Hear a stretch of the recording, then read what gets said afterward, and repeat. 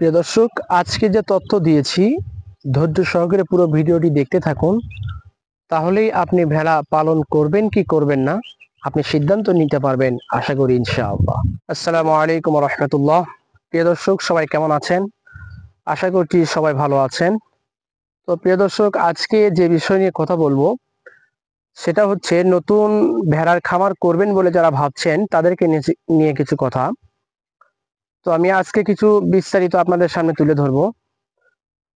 প্রিয় দর্শক, আসলে যারা খামার করবেন বলে ভাবছেন, তো খামার টাকা থাকলেই তো খামার করা যায়, এটা বাস্তব। কিন্তু খামার করার পরে যে বিষয়গুলি আপনাদেরকে মাথায় রাখতে হবে, যে বিষয়গুলি নিয়ে আপনাদের কাজ করতে হবে, যে সমস্যার সম্মুখীন আপনি হবেন, এগুলো আগে আপনাকে জানতে হবে। না হলে আপনি ভিডিও দেখে বা তথ্যচিত্র দেখে আপনি অনুপ্রাণিত হয়ে আপনার কাছে টাকা আছে, আপনি ভেড়া বা গারল ক্রয় করে নিয়ে এসে আপনি পালন শুরু করে দিলেন। পরবর্তী সময় যে সমস্যাগুলি দেখা দেবে, এই সমস্যার সম্মুখীন হয়ে যাবেন, তখন আপনি কিন্তু কুলহারা হয়ে যাবেন যে আমি এটা কি করলাম।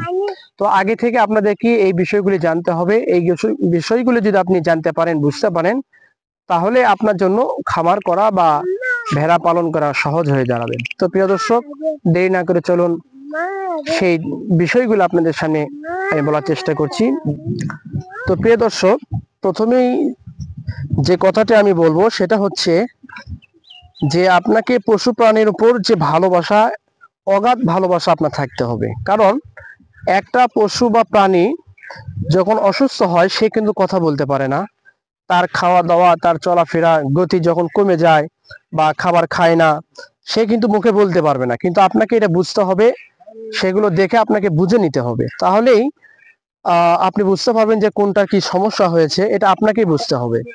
আর এরপরে যখন সাতা বর্ষা যে আসে, আপনার বৃষ্টির সময় প্রচুর বৃষ্টি, সারাদিন বৃষ্টি হয়, বাড়ি থেকে বের করানো যায় না, খামার থেকে বের করানো যায় না। তো ঠিক সেই মুহূর্তে আসলে আপনি কি করবেন? তার কারণ হলো কি, ভেড়া বা ঘাড়ল এরা এমন একটি প্রজাতির প্রাণী যারা এত পরিমাণ খাবার খেতে ভালোবাসে যা ভাবার বাহিরে। তারা কিন্তু কখনো পেট খালি থাকবে এটা কখনো চায় না। সব সময় তারা খাবার খেতে পছন্দ করে। আপনি যদি সারাদিন তাদেরকে যদি চারণ ভূমিতে রাখেন, তো সারাদিনই তারা থাকবে। এটা হলো এক নম্বর বিষয়, যে আপনাকে ভেড়াদেরকে বা যে কোনো আপনি যেটাই করতে যান, সেই প্রাণীদের উপর আপনার ভালোবাসা থাকতে হবে। তার কারণ খাবারের জন্য যারা যখন চিল্লাপাল্লা করবে খামারের ভিতর, তখন আপনি অসহ্য হয়ে যাবেন, বিরক্ত বোধ করবেন। তো এটা আপনাকে মাথায় রাখতে হবে যে তখন বিরক্ত বোধ করা যাবে না। যত বর্ষাই হোক, যত পানি হোক, আপনাকে ওই পানির ভিতরে তাদের খাবারের ব্যবস্থা করতে হবে। সেটি যদি আপনি না করেন, তাহলে আপনি তখন কিন্তু এক প্রকার হার মানতে বাধ্য হবেন, যে আমি মনে হয় এটা করে ভুল করেছি, এই সেই ইত্যাদি। আপনার মাথার ভিতরে নানান প্রকার চিন্তা আসতে পারে।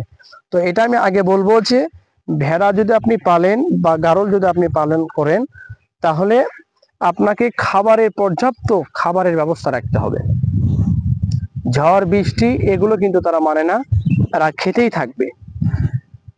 এরপরে বিষয়গুলি হচ্ছে যে আপনি ভেড়া বা গারল ক্রয় করে নিয়ে আসার পরে আপনি মনে করলেন যে 2, 4, 6 মাসের ভিতরে আমার খামার বড় হয়ে যাবে, আমি বিক্রি করব, অনেক টাকা লাভবান হব। এই ধরনের চিন্তা আপনার মাথার ভিতর থেকে ঝেড়ে ফেলতে হবে। কারণ একটা ভেড়া আপনি যদি গাভী দেখে যদি আপনি প্রেগনেন্ট যদি আপনি কিনে আনেন, তাহলে দেখা যাবে প্রেগনেন্ট অবস্থায় কম করে 5 থেকে 6 মাস সময় নেবে একটা ভেড়া তার বাচ্চা প্রসব করতে। তো এরপরে সেই বাচ্চাটা আরো 1 বছর সময় লাগবে বড় হতে। তো বড় হবার পরে তারপরে তো আপনি তাকে বিক্রি করতে পারবেন। এরপরে তখন আপনি বিক্রি না করলে আপনি চিন্তা করেন যে আমার খামারকে আমি আরো প্রসারিত করব, আরো ভেড়া বাগান আমি আরো বৃদ্ধি করব, যে আমার এখন 10টা আছে আমি 20টা করব। তাহলে কিন্তু দেখা যাচ্ছে যে আপনি 2 বছরেও বিক্রি করতে পারতেছেন না। তাহলে 2 বছর আপনাকে অপেক্ষা করতে হবে আপনার খামারের যে ভেড়া বা গাড়ল আছে এদেরকে বৃদ্ধি করার জন্য। এই যে আপনারা অনেকে তথ্যচিত্র দেখেন যে ভেড়া পালন করে লাখপতি হয়ে গেছে, হাজার হাজার টাকার মালিক হয়ে গেছে, বিল্ডিং করছে, বাড়ি করছে, গাড়ি করছে। ভাই, এরাও কিন্তু অনেক পরিশ্রম করার পরে, অনেক কষ্ট সহ্য করার পরেও 1 বছর, 2 বছর, 3 বছর এরকম পরিশ্রম করার পর তারা কিন্তু সফলতার মুখ দেখেছে। আমি কিন্তু ধরেন প্রথম পর্যায়ে দীর্ঘ 1টি বছর আমি কোনো বিক্রি করতে পারিনি, কারণ আমার তখন ছিল 5টা, এরপরে সেখান থেকে আরো বাচ্চা হয়েছে, সেগুলো আবার বাচ্চা হয়েছে। এখন আলহামদুলিল্লাহ আমার খামারে ছিল 21টা, এখন বর্তমানে রয়েছে 17টা। তার কারণ আপনারা আগে ভিডিওতে দেখেছেন যে 4টি ভেড়া আমার খামারের ভিতরে কুকুর ঢুকে 4টি ভেড়াকে মেরে ফেলেছে। এজন্য বড় বড় যেগুলো 4টা ছিল সেই 4টাই আসলে মারা গেছে। তো এখন কিন্তু 17টা আছে। তো এখন কিন্তু বিক্রির উপযুক্ত কিন্তু এই মুহূর্তে নাই। এই যে দেখেন সবগুলি কিন্তু এখন বাচ্চা। তো এই বাচ্চারা কিন্তু বড় হতে কিন্তু আরো আপনার কম করে হলেও 6 মাস বা 1 বছর সময় লাগবে। এদেরকে আমি যদি বিক্রি করতে যাই, তাহলে আমার কিন্তু এখনো পর্যন্ত আমাকে 6 মাস বা 1 বছর আমাকে অপেক্ষা করতে হবে, তারপরে কিন্তু আমি বিক্রি করতে পারবো। তো অনেকেই চিন্তা ফিকির করে যে আমি 6 মাসের মধ্যেই মনে হয় যে আমার ভাগ্য পরিবর্তন হয়ে যাবে, আমি লাভবান হয়ে যাব। বিষয়টা কিন্তু এমন না। আর ভাই, টাকা আপনার কাছে আছে তো আপনি খামার করতে পারবেন, কিন্তু এই সমস্যার ফেস আপনাকে করতে হবে। আপনি ফেস করবেন, আপনি এই সমস্যার সম্মুখীন হবেন, তখন আপনি হাল ছেড়ে দেবেন যে আমি এটা কি করলাম, ভুল করলাম, কেন কিনলাম, এগুলো তো আমার অসহ্য হচ্ছে, এত তারা চিল্লাপাল্লা করে, হ্যান ত্যান ইত্যাদি নানান রকমের টেনশন আপনার মাথার ভিতরে আসবে। তো এগুলো ঝেড়ে ফেলতে হবে, এগুলোর সম্মুখীন কিন্তু আপনি হবেন। কারণ আমি সম্মুখীন হয়েছি, যখন সারাদিন বৃষ্টি হয়, এরপরে সারাদিন যখন পানি হয়, তো এই পানির ভিতরে কিন্তু যত পানি যত বৃষ্টি হোক না কেন, আমাকে কিন্তু তাদের জন্য খাবার আনতেই হয়। আর তোলা আদার খাওয়ান, যে আপনি নিজে নিয়ে এসে খাবার খাওয়াবেন, সেটাতে তাদের পেট একটু কমই ভরে। আর যখন তারা নিজে চারণভূমিতে এসে খায়, তখন তাদের পেট আলহামদুলিল্লাহ খুব ভালো ভরে। তো এই জন্য চিন্তা রাখতে হবে যে আপনি যেটাই করেন তাদের খাবারে পর্যাপ্ত ব্যবস্থা রাখতে হবে। এটা যদি আপনি মেনটেন করতে পারেন, তাহলে আপনার জন্য এই ভেড়া বা গাড়ল পালন সহজ হবে। প্রিয় দর্শক, এরপরে আর একটা বিষয় হচ্ছে যে অনেকেই কিন্তু বলে যে ভেড়া গন্ধ, তাদের শরীর গন্ধ, এরপর তাদের মদ প্রস্রাব যে লাদি আছে, এগুলো কিন্তু খুব গন্ধ, যাওয়া যায় না, থাকা যায় না। হ্যাঁ, তো অনেকের কাছে এটা লাগতে পারে, আমার কাছে আলহামদুলিল্লাহ সেটা লাগে না। তার কারণ হচ্ছে যে ওইভাবে আপনি দেখবেন না, কারণ আপনার ভেড়াদেরকে আপনি কন্টিনিউ একটা সময় নির্ধারণ করে করে আপনাকে গোসল করাতে হবে। আপনি গরমের ভেতরে প্রতি সপ্তাহে গোসল করাবেন, নাকি প্রতি 15 দিন পর পর আপনি গোসল করাবেন, এটা আপনাকে ঠিক রাখতে হবে। প্রত্যেকটা ভেড়াকে, প্রত্যেকটা গাড়লকে আপনাকে কম করে হলেও গরমের ভিতরে, যদি প্রচন্ড আকারে গরম হয়, তাহলে প্রত্যেক সপ্তাহে আপনাকে গোসল করিয়ে দিতে হবে, না হলে 15 দিন পর পর আপনাকে গোসল করিয়ে দিতে হবে। তো অনেক সময় দেখা যায় যে গোসল করতেও কিন্তু একটা বিরক্তের ব্যাপার, সেটা হচ্ছে একটা একটা করে গোসল করিয়ে দিতে হয়। যদি বাড়িতে মোটর থাকে বা টিউবওয়েল থাকে, তাহলে সেখানে পানিতে আপনি গোসল করাতে পারেন, অথবা আপনার যদি বাড়ির আশেপাশে কোনো বিল বা পুকুর এরকম কোনো জায়গা থাকে, তো আপনি সেখানেও কিন্তু একটা একটা করে আপনাকে গোসল করিয়ে দিতে হবে। সব থেকে ভালো হয় শ্যাম্পুতে গোসল করিয়ে দিতেন। যদি শ্যাম্পুতে আপনি গোসল করিয়ে নেন, তাহলে সব থেকে ভালো হয়। তো প্রিয় দর্শক, এগুলো আপনাকে মাথায় রাখতে হবে। আর ফার্মের যে জায়গাটা, ওটা আপনাকে প্রত্যেক দিন আপনাকে পরিষ্কার করতে হবে, প্রত্যেক দিন।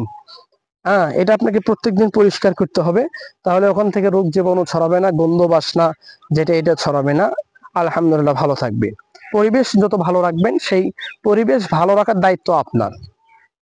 ঠিক আছে, তাহলে আপনি এগুলো পালন করতে পারবেন। এটি যদি আপনি মাথায় রাখেন, তাহলে আপনার জন্য এটাও সহজ হয়ে যাবে। তো প্রিয় দর্শক, আসলে আমরা সবাই চেষ্টা করি যে গুজবে কান না দিয়ে একটা ভিডিও দেখলাম, আর ভিডিও দেখে উদ্ভূত হয়ে ভেড়া পালন করার জন্য একেবারে মনোনিবেশ তৈরি করলাম, তা কিন্তু না। আপনাকে সব দিক বুঝতে হবে যে রাতারাতি কোনো কর্মেই বড়লোক হওয়া যায় না, হারাম পন্থা ছাড়া। আর হালাল পন্থায় যদি আপনি বড়লোক হতে চান, টাকা পয়সা যদি ইনকাম করতে চান, তাহলে অবশ্যই আপনাকে কষ্ট স্বীকার করতে হবে, ধৈর্য ধারণ করতে হবে, এরপরে আল্লাহ তাআলা সফলতা দেবেন। এজন্য আমরা প্রত্যেকেই চেষ্টা করবো, ইনশাআল্লাহ আমরা এই বিষয়গুলি মাথায় রেখেই খামার তৈরি করার চেষ্টা করবো। এই জন্য যারা নতুন ভেড়ার খামার করবেন বলে ভাবছেন, তাদের জন্য এই ভিডিও। যে 1 নম্বর বিষয় আমি বলেছি যে এদের রোগ বালাই, কখন খাবার কম খাচ্ছে, কখন কোন সমস্যা হচ্ছে, এটা তাদের চোখ দেখে, তাদের দেখে আপনাকে নিজে বুঝতে হবে। ঠিক আছে। এরপরে যে দুর্গন্ধ বাসনা যেগুলো ব্যাপার আছে, এগুলো আপনাকে পরিষ্কার করতে হবে। নিয়মিত আপনি একটা সময় নির্ধারণ করে গোসল করিয়ে দিলে সেটিও থাকবে না ইনশাআল্লাহ। তো এই বিষয়গুলো আপনার মাথায় রাখবেন, চেষ্টা করেন ইনশাআল্লাহ আপনি একজন খামারি হতে পারবেন। যদি আপনার ভিতরে ধৈর্য আর সহ্য থাকে, তাহলে অবশ্যই আপনি একজন সফল খামারি হতে পারবেন, আশা করি ইনশাআল্লাহ। তো আজকের মতো এই ভিডিও যদি ভালো লেগে থাকে, অবশ্যই এই ভিডিওটি আপনারা শেয়ার করবেন। আর যদি কোনো পরামর্শ আপনাদের আমাকে দেওয়ার থাকে, অবশ্যই কমেন্টে বলে যাবেন। এবং যদি কোনো পরামর্শ নেওয়ার থাকে, জানার থাকে, তাহলে অবশ্যই সেখানে লিখবেন। আমি আপনাদেরকে বিস্তারিত বলার চেষ্টা করবো ইনশাআল্লাহ। আসসালামু আলাইকুম ওয়া রাহমাতুল্লাহ।